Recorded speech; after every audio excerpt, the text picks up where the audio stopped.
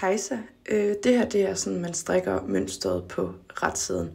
Først så tager jeg de to hvide tråde her, og så fanger jeg lige den røde og den hvide tråd, som bare hedder den røde tråd i opskriften.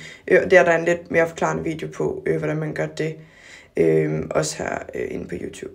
Men så tager jeg først, og så strikker jeg tager jeg tråden, jeg ikke bruger til at lægge bagved, og så strikker jeg det antal masker, som opskriften forklarer. For eksempel her, der er det 5 masker, jeg skal strikke. Så der strikker jeg så 5 masker med den røde, og så gør jeg det, og så lægger jeg sådan en bagved. Og på samme måde på vrangsiden, så lægger jeg foran, fordi vi vil jo gerne have, at det hele ligger om på vrangsiden. Så der starter jeg med at strikke det antal hvide masker, der står i opskriften.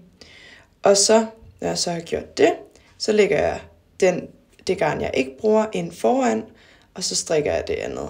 Og det er vigtigt, at man lige sørger for, at det ikke bliver for krøllet sammen, så man kan godt lige sprede maskerne, hver gang man lige har strukket med den ene, eller strikket med den ene. Ellers så kan de blive så kan det blive til sådan nogle små bobler, de der røde nogle, og det vil vi ikke have. Vi vil gerne have, at det ligger pænt.